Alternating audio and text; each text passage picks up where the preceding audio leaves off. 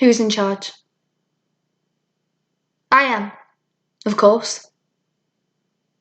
Of course. I am. I run this house.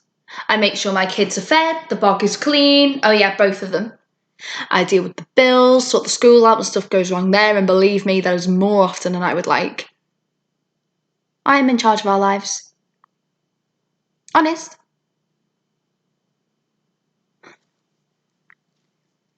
Yet, why do I so often feel out of control? I sit here with his nibs every night watching what he wants to watch on the box. He often looks over and smiles like that's enough in this fucking boring existence to keep me happy. It's 9 o'clock. He smiles again and nods in the direction of the kitchen. Like I have nothing better to do. Cups of tea, 4 sugars and cheese on toast. He seems to live for that moment, I can tell you I don't. He often catches me daydreaming of a better and different life. One without him in it, preferably.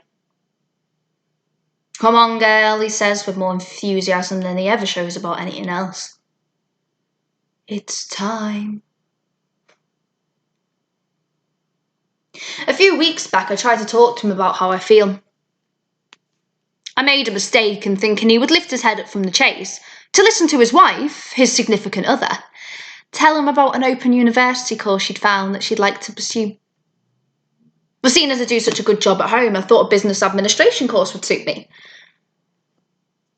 I talked for a good 5 minutes and he motioned a couple of times to just wait a minute as the chase was still on. And this time they were playing for 45 grand. Well, I couldn't do with that money, I can tell you. You hear of some couples breaking up when they win big, well, I'd be one of those people. Off like a shot. No more fucking cheese on toast. It was only at the end that I realised he was watching a fucking repeat and it was 9 PM again. He'd seen this episode before and he still couldn't lift his head up. Off we go to the kitchen once more. I stood there,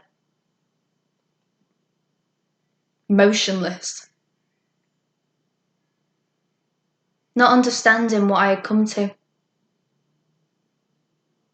Automatic pilot kicked in then, and before I knew it, I was sitting down watching him gorge himself on his nightly treat.